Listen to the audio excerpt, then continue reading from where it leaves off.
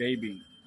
கடைக்குள் புகுந்து வியாபாரியை வெட்டி கொன்ற வழக்கு A+ ரவுடி அரும்பாக்கத்தைச் சேர்ந்த ராதா என்கின்ற ராதாகிருஷ்ணன் மற்றும் அவருடைய கூட்டாளிகள். மொத்தம் 5 பேர். 5 பேரில் ஒருத்தர் இறந்துட்டார், வெங்கடேஷன்றவர் இறந்துட்டார். மீதி 4 பேருக்கு சென்னை உயர்நீதிமன்றம் பார்த்திங்கன்னா ஆயுள் தண்டனை வழங்கப்பட்டுள்ளது.